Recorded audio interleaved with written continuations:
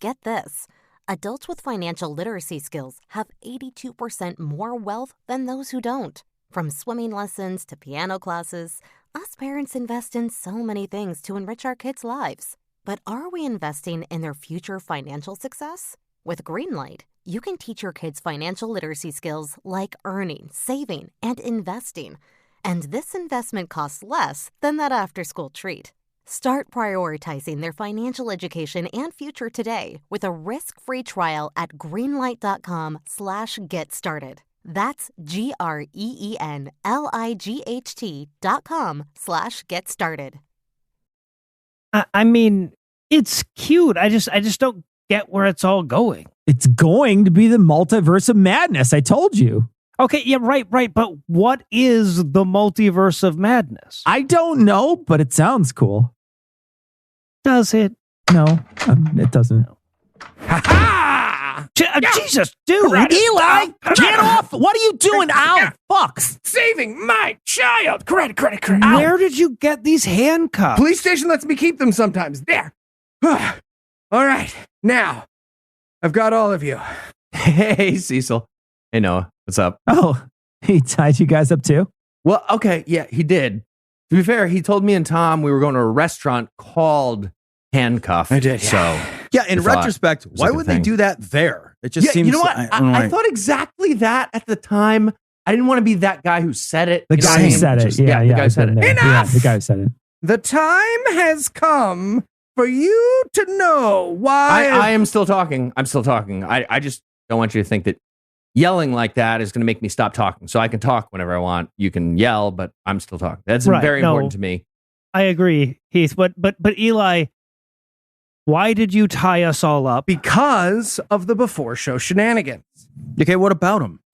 This week's episode, Still Tom, talking if I want. It's about Charles Lindbergh. And you guys were going to kidnap and murder my baby for the before show shenanigans. Seriously? No, absolutely was not. No one was going to do that. Eli, look, first of all, you're the only one who does the before show shenanigans. And two, none of us would kidnap and murder your baby. Before show shenanigans are supposed to be funny, and that's super duper not funny. It's not? No, dude. Yeah, man, not even like a podcast joke style. It's not hilarious. So I could have just turned the studio into an airplane or something? Sure. Yeah. I don't know. I mean, I prefer you wouldn't, but yeah, I guess. Oh, okay. Let me uncuff you guys. I'm sorry. Hey, okay. So while we're on the subject of leaving families out of the show, I think that's a good idea because it's just like a weird thing to do. Are we all going to stop joking about fucking my mom? Because I feel like that would be the same rule would apply. Because that is super duper funny. Oh, that's genuinely so hilarious. Funny. Besides, one of those times it was just a robot that looked like her. It wasn't actually That's her. true. Okay.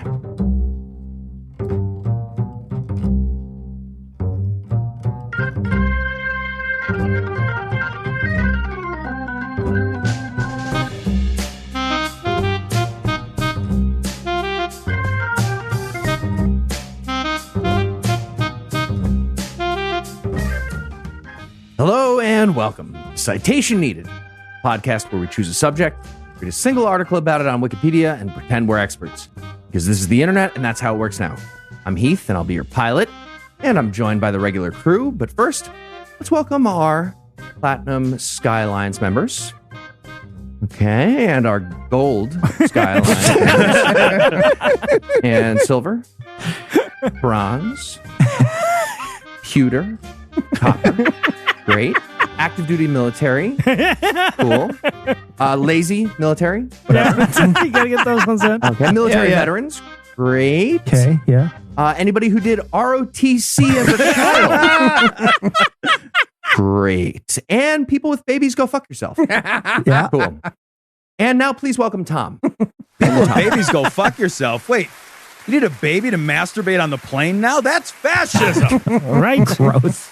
Why did they give you the blankets? Tom has gone now. And now please welcome group one. Okay. And now people lying about their group. 2 and 3. Cool. And now that Greek Orthodox priest right there and that rabbi from a joke premise. Apparently they're together. Cecil and Eli. I just wear the vestment so I could smuggle euros under the coach. That's Okay, what, well, that's a good point. Yeah. It's okay, Cecil. You can go. I boarded with my baby right after I fucked myself, so I've been on for a while. Everybody hates you. Cool. And all right, I guess that drug dealer who's walking funny can go now. Noah's here. Yeah. Oh, I'm sorry. I didn't spend more money to be on the plane longer. Yeah. Gotta scoot by you while you look disappointed about how jealous I'm not. All right, Noah.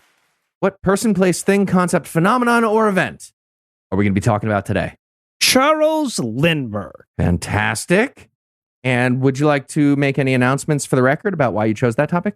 If you'll recall, the last essay I wrote was about Henry Ford, which Eli was kind enough to read for me. So I guess this is part of my bigoted assholes from the 1920s series. Oh, that's a fun series. I like right. that. So now, to be clear, for big chunks of the essay, it's going to seem like Charles Lindbergh is the hero. He's not. He was a fucking Nazi.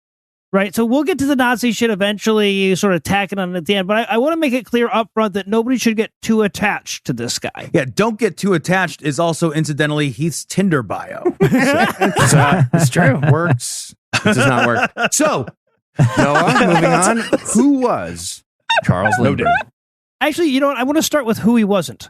Okay, so Charles Lindbergh was not the first person to fly across the Atlantic Ocean from the American continent to Europe. He wasn't the first person to do it nonstop, even. That honor goes to John Alcock and Arthur Whitten Brown, who managed it in June of 1919. They flew from the easternmost point they could get to in Newfoundland to like a few inches into Ireland. Nice. And I say two rather than they landed in because their somewhat controlled crash into an Irish bog doesn't really rise to the level of landing, but they survived it. But still, it was a fantastically daring accomplishment, and it got the whole world excited about the possibilities of aviation. There's a weird time skip in airplanes. Like there's a time when everyone was like, I hear man can ride in an aeroplane for a full American hour. And then 40 seconds later, we were like, oh, my flight to China was 18 minutes late. I fucking hate flying. It's the worst. Yeah. There's a middle Very where quickly. it was still, I feel like. All right. So now one of the people who got really swept up in this new aviation craze was a guy named Raymond Ortigue. He was a wealthy French-born hotelier in New York, and he saw a good opportunity for self-promotion here. So he announced a $25,000 award for the first successful nonstop flight between New York City and Paris, France. Was there somebody who did like multiple stops? Oh, yeah. No, so like seaplanes would land along the way several times and shit like that to make that's a how it layover was in done. the Atlantic. Right, yes, exactly. Yeah, exactly. All right, so Ortigue called this the Ortigue Prize, and he said it would run for 5 years. And of course, this is 1919, so like 25 grand is a ton of money, well over $250,000 today. But the trip Alcock and Brown had just barely pulled off, that's about 1,900 miles. The flight Ortigue was talking about would be damn near twice that far, 3,600 miles. So when the offer expired 5 years later, there had been no serious attempts to claim the prize. Now, of course, in the intervening 5 years, aviation technology had gotten a lot better. So Ortigue decided to renew the prize for another 5 years. And this time, a bunch of contenders started to step forward and then die because flying 3,600 miles in a rickety lawnmower plane was still batshit fucking crazy. So the first was a French flying ace named Rene Funk, and his airplane crashed on takeoff in September of 1926. Distance wasn't really the issue there then, was it? No, it was weight, but because of the distance. So in April of 1927, two American aviators named Noel Davis and Stanton Wooster were killed while testing the plane that they were going to use for the flight. And a few weeks later, a couple of French war heroes, Charles Nungasser and Francois Colli, became the first people to actually make it farther than the end of the runway, but they disappeared somewhere over the Atlantic Ocean and were never heard from again. You would think that at this point, Ortigue would withdraw the prize and say, oh shit, my bad, I didn't mean to get a bunch of people killed. But but he knew there was no such thing as bad publicity, so he kept promoting the hell out of it. Okay, well, apparently this is legal, so I would like to announce my $1 million prize for any Republican senator who can beat up 10 cobra snakes with Bible magic. Go right the fuck ahead. Now, so it was starting to look like somebody might actually manage to claim this prize. In fact, much to the media's chagrin, it actually looked like there might be a race. See, Ortiz never stipulated which way you had to go. You could go Paris to New York, you could go New York to Paris, but the prevailing weather patterns on the planet kind of dictated that you have to start in New York and go east. Otherwise, you're going to be fighting the wind the whole time, and there's no way you could carry enough fuel for that. Nungasser's team actually ignored that fact, and as soon as they did, everybody who knew anything about aviation wrote them off. But so the only place in New York with a runway long enough was an airstrip called Roosevelt Field in Long Island. So that's where all the serious pilots were amassing. And in May of 1927, 3 planes were just waiting for favorable weather reports to take off. All right, so one of the contenders was an already famous aviator named Clarence Chamberlain, who flew in circles around Long Island long enough to set the world aviation endurance record. Yeah, that is a record since beaten regularly by passengers on Delta on a routine Thursday trying to land at JFK. No shit. Yes. Land to Hey, JFK. look, Go to guys, fucking it's- Newark. Even if you're going to New York City, go to Newark. Yeah. Don't Right. go to JFK. I can pick you Hard up. to agree, actually. And don't do that Don't either. let Eli pick you up. So- That would be worse Yeah, than everything. just crash Go the to plane. JFK. It's safe. All right, so Chamberlain's team was financed by a guy named Charles Levine, who had very deep pockets but managed to piss off pretty much everybody who ever came into contact with him in all of history.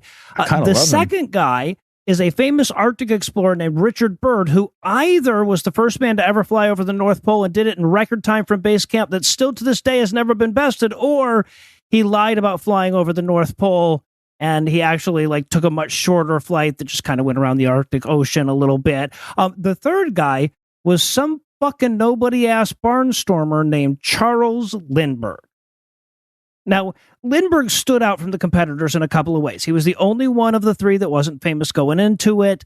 He was also the only guy who didn't have some big money financier.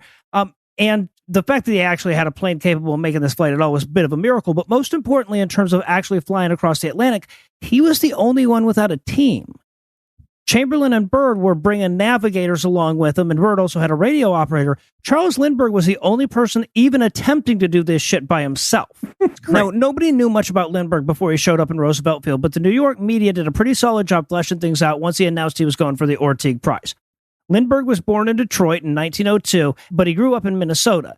He dropped out of college a few years earlier to pursue aviation, but he didn't actually fit that sort of typical stereotype of a daredevil pilot. He did crazy aerial stunts with the best of them, including insane shit like wing walking and stuff. But when he was on the ground, he was as clean cut and buttoned down as any fucking buddy. He didn't drink, he didn't smoke, and by the age of 25, as near as anybody can tell, he'd never even been on a date. And no wonder And he of doesn't course- care what happens to his life. Yeah, right. Yeah, exactly. I'd walk What's out he on got an to live airplane wing for? too. Just like, will someone touch my penis? Now, of course, this is 1927, right in the middle of Prohibition and the height of the temperance movement's power. So that made this teetotaler a really popular contender in a lot of newspaper buying households. So obviously the media is selling this shit hard. All the contenders were in the same place at the same time. They're just waiting for several days of hard rain to clear up. It's been all of 2 weeks since the last contenders died or since they called off the search parties. And as near as anybody can tell, as soon as the rain clears, all 3 of these guys are going to take off in quick succession and then we'll have a race to Paris. But that is not how it ended up happening. Oh, okay. I was picturing like Mario Kart. So it turns out that Robert Byrd really didn't want to do this shit at all. Okay, he was the fake guy to begin with. He was just soaking up the media adulation. He's living it up as a famous dude and a well-financed dude in New York City. He was happy to just keep making excuses as long as he could get away with it. Around the time it looked like the weather was going to clear, actually, he set a date like a week later to officially christen his plane. So he was not going to race anybody.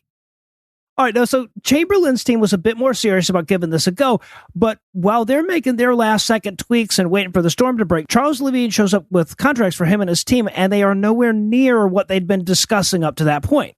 So Levine has drawn up these basically indentured servant contracts where he gets to keep every penny they ever make for speaking tours, book sales, appearances, whatever, and then he'll pay them a, reasonable salary for a couple of years in exchange. What's more, he's been promising a big chunk of money to the families if the team doesn't make it, right? If their plane crashes like every other damn buddy who tries this. There's nothing about that in the contract that Levine shows up with either. Yeah, plus, he made them check their bags at the gate. Just have the right amount of overhead bins for bags. What is happening? How am I in group 4? What does that even mean? It's just me. That's crazy. And they overbooked somehow. I didn't see that coming on this flight. Yeah, How are you overbooked? So Chamberlain and his navigator tell Levine that they're not going anywhere until he rewrites the contracts and makes them look like he said they'd look. He tells them they're fucking fired and he'll find different pilots, damn it. So Chamberlain sues his ass, and then a judge grounds the plane until they can sort out all their legal troubles. And that means, all taken together, that when favorable weather reports finally show up on the night of May 19th, Charles Lindbergh is the only one ready to go. And yada, yada, yada, he stole his own baby. Cool. Okay, before we get to that, we're going to take a quick break.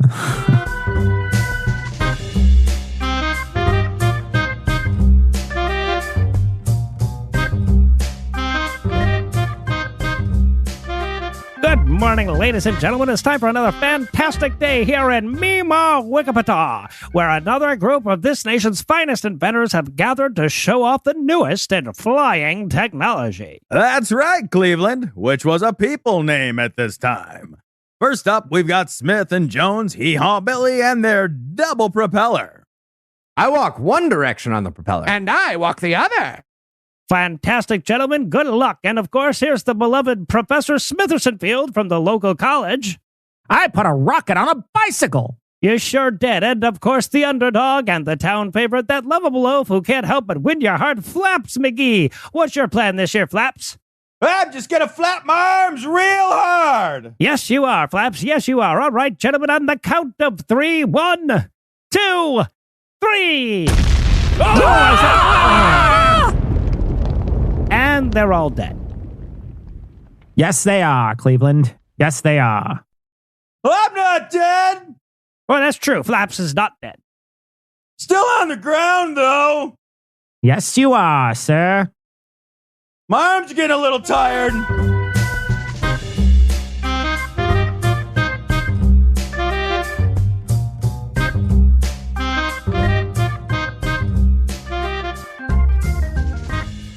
And we're back. When we left off, the preface, intro, and prologue were really heating up.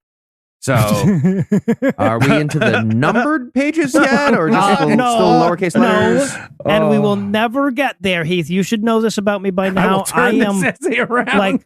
I am like if the front matter was a guy, right? Okay, we're going to skip straight from all of that shit to the outro. Okay, after all the hype and the repeated weather delays, the sky finally cleared for a transatlantic flight on Friday, May 20th of 1927.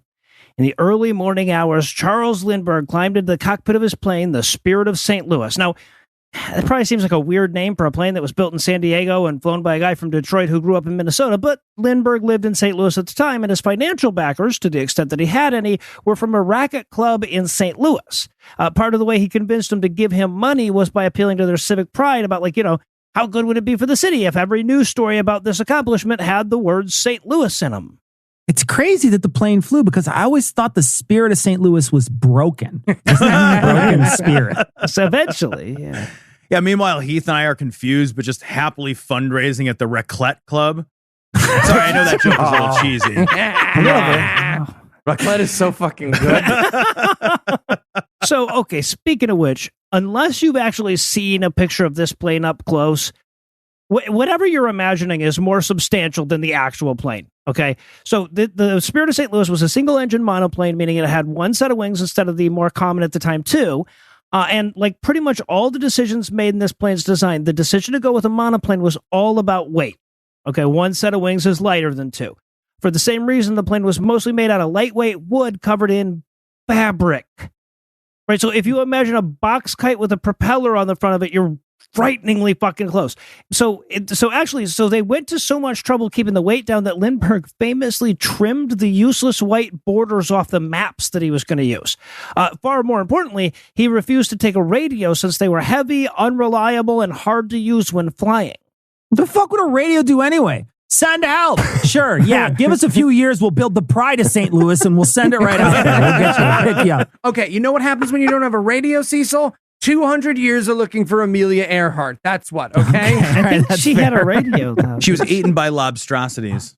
That's a real theory, by the way. Yeah. That's an Oh, actual. come on, it's not. It is. Keith's It's- great-grandma. Real may have- story, my great-grandmother had a bunch of sex with Amelia Earhart. Like a bunch.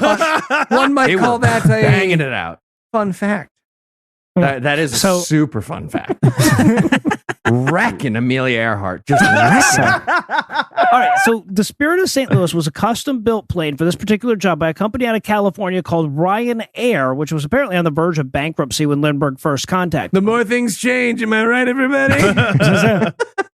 Yeah, fun fact, Charles Lindbergh had to buy 2 seats just like me on my Ryanair. Yeah, it's a different Ryanair, but yeah, okay. So and Like I because wasn't he even had close to fitting into No. one seat. it was Ridiculous. funny watching you try though. So and because he had trouble putting the money together, it was built as a rush job. So the manufacturer originally said it would take 3 months, but Lindbergh said he only had 2. This obviously resulted in a lot of design compromises. So, they started with a plane that Ryanair already made, and they just kind of beefed it up with longer wings, stronger wheel struts, bigger fuel tanks and shit. But they didn't have time to redesign the tail assembly, which meant, and I'm just going to quote the wiki here, quote, "This setup resulted in a negatively stable design that tended to randomly introduce unanticipated pitch, yaw, and bank elements," end quote.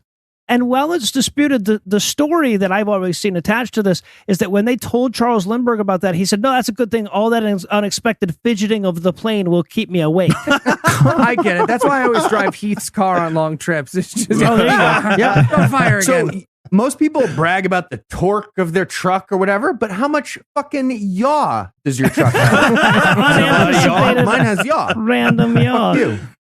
Also, so it would be hard to overstate how fucking nuts it was that he was doing this shit solo. Okay, so Lindbergh figured whole extra guy, that's a lot of extra weight, plus he'd be taking up space that could otherwise hold more fuel, but it's not like he could put the fucking thing on autopilot here. Planes back then couldn't level themselves, right? So he couldn't take his hands off the stick any longer than you could take your hands off the wheel of your car.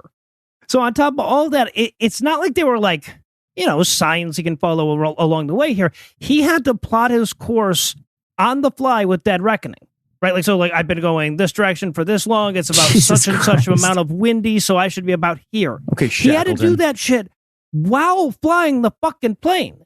At night, he'd have to spread the map out on his lap, hold a flashlight in his mouth, plot the course with his hands, and hold the plane steady by pinching the control stick between his knees. Oh, man. But that's nothing, though. I once saw a guy eat an entire bowl of fettuccine Alfredo and a separate side salad with breadsticks while driving a stick shift.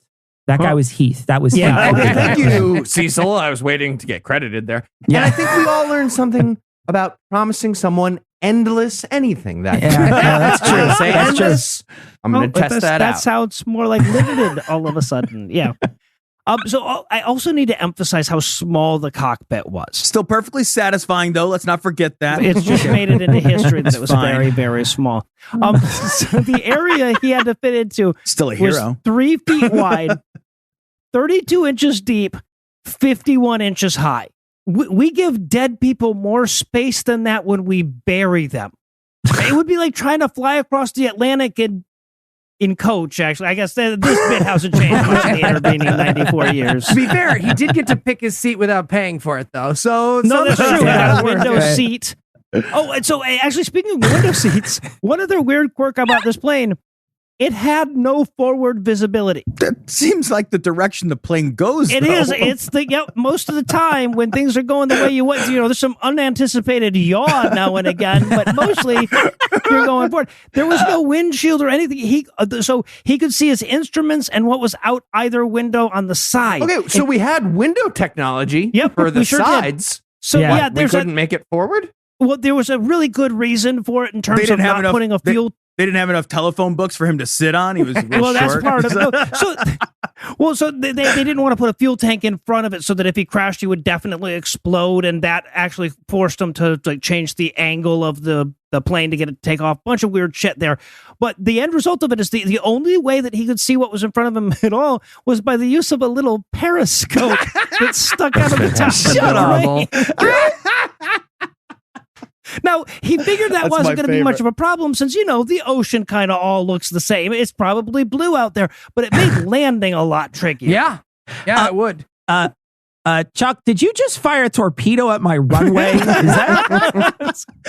Yeah, I don't think like the view is the reason to have visibility. Like, it's not all that attractive looking anyway. Nobody would fly into Newark otherwise. Now, so his flight would take about 33 and a half hours. And by all accounts, the most harrowing part was the takeoff. So even with every spare gram of weight shed, the overloaded plane barely managed to get airborne before it ran out of runway. And it only cleared a few telephone wires at the end of the runway by a couple of feet. Okay, when did we invent the runway technology called longer? Just make it spin longer. Did we not have that? Later than we invented the technology of not putting elevated wires at the end of them, apparently. That would have been a good move to- How many people had a fucking phone at that point? Just cut them off. It's just 9 guys. All right. So, but also, along the way, there are a couple of opportunities for official outposts to see him. And that was, because he had no radio, that was the only way anybody knew anything about his progress. And there's not a lot of airplanes in the sky, so it's pretty obvious which one is his. He was sighted in Newfoundland right on schedule, and then again just south of Ireland. So by the time he's getting close to Paris, news is already spreading that somebody's about to claim the Orteig Prize. And for whatever reason, Parisians got super excited about that idea, so they all hauled ass to the airport to greet him when he got there. So around 10 p.m. local time, Lindbergh makes it to Paris, but he doesn't know exactly where the airport is. It's not marked on the map, and, well, he's got a pretty good idea where it should be. What he sees on the ground doesn't match up with what he's expecting to see. Was he invading Grenada? Just put that on the fucking map. Are you serious? Write down the landing spot on your map. That seems like one of two things you would have on the map. We don't want to weigh the map down with an X. That's the thing. Right, exactly. A lot of ink there. So here's the thing, though. Airstrips at the time were like, they weren't part of some gigantic airport complex. It's a little dirt strip a little ways out of town, and it has just enough light shed over it to make it visible from the sky at night. But the area that he's expecting to find an airport in was lit up like daylight with huge streams of light spanning out in every direction. Turns out that is the airstrip, and the huge stream of lights are the headlights of the biggest traffic jam in world history to that point, from where everybody in the damn country was trying to get to the airstrip in time to see Lindbergh land. He lands on the car at the front of the line. What did I tell you? Best seat in the house, right?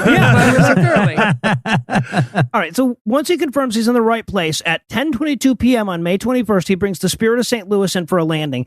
And because people don't really, get airplanes quite yet, but 150,000 adoring fans rushed onto the runway to greet him while he's still landing. Remember, he's got one periscope's worth of forward visibility. And according to Lindbergh's account, he never actually used that thing. It was kind of useless, and so he didn't bother with it. So the fact that he didn't mow anybody down with a propeller in his landing is apparently just a bit of a coincidence. Yeah, the guy up there with the $25,000 is like, fine, I guess the body count will have to stay at 7. Stupid.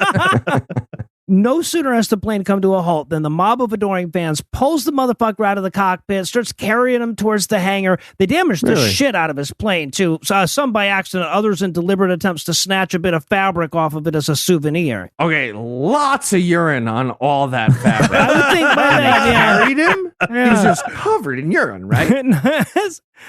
So not sure why the wiki authors felt the need to point this out, by the way, but among the group that greeted Lindbergh were 2 future prime ministers of India, Jawaharlal Nehru and his daughter Indira Gandhi. Huh. Okay, so, yeah, right? Fun fact. All right, so Lindbergh instantly became obscenely famous. According to the New York Times front page article at the time, people were, quote, behaving as though Lindbergh had walked on water, not flown over it, end quote. That's kind of bitchy. I got to say, that's a little bitchy. So the New York Times was so much bitchier back then. So by the following day, his mother's house in Detroit was surrounded by a crowd of more than 1,000 people. So that same day, the French Foreign Office flew the American flag. Apparently, that was the first time they'd ever saluted somebody who wasn't a head of state. On the east side of the Atlantic, he was given the French Legion d'Honneur by the French president. On the west side, he was given the Distinguished Flying Cross by the American one. Congress won up that, passed a special act that allowed Lindbergh to be awarded the Medal of Honor for his heroic achievement. And Time magazine made him the first ever Man of the Year. Actually, at age 25, he remains the youngest person to ever receive that honor. All right, so for the rest of the year, Lindbergh toured around the U.S. attending banquets and parades in his honor. According to the wiki, between July 20th and October 23rd of 1927, he visited 82 cities in 48 states. That was all of them at the time. He delivered 147 speeches, and he rode 1,290 miles in parades. It's estimated that 30 million Americans actually saw him in the flesh during that period. The entire population of the country at that time was 119 million. Jesus Christ. So over a quarter of the people. And by all accounts, he fucking hated every fucking second of it. Turned out he despised being famous. He was nervous talking to women. He got super embarrassed when people asked how he peed while he was on his flight, and everybody asked how he peed when he was on his flight. Yeah, no, actually, I drank it straight back down through a tube. That was what No, I fucking peed myself. Obviously, I peed myself. Why does everybody keep asking that? Okay, but like, if he didn't want to be famous, why the fuck did he do the flight then? I'm sorry, you did 33 hours in a baby coffin and it was the only way you could think of to make 25 grand? Okay, fair question, Eli, but since Charles Lindbergh isn't around to ask it, we could just ask Noah basically the same question about live shows. It was supposed to be a podcast. I was going to do this from my closet. All right, so it was during this tour that he met his future wife, Anne Morrow, who was apparently his financial advisor's daughter, one of the partners at J.P. Morgan. Stupid fucking rich, obviously. So the couple would ultimately have 6 children, only one of which would be kidnapped and murdered. So it's actually a pretty good average. If you think about Jesus fucking Christ, that's dark. What the fuck? God damn it. But the tragic death of his 20-month-old namesake only made him despise his fame all the more. So clearly. He moved around in Europe for a while trying to find a place where nobody knew him, but ultimately he found a way to get rid of all those adoring crowds, even in his home country, and that was by publicly throwing in with the Nazis. Now, we really need to emphasize just how hard it was to be too racist for mainstream America back in the 40s. All right, so like I know it's illegal to teach kids about that in some states now or whatever, but America was profoundly bigoted back then. And I mean, like, compared to how bigoted it is today. But Lindbergh's public address for non-involvement in the Second World War and an infamous radio address that suggested that Hitler might be onto something with this whole white people are the super-duper better race. What a dick. That was enough to turn the majority of Americans against him even back then.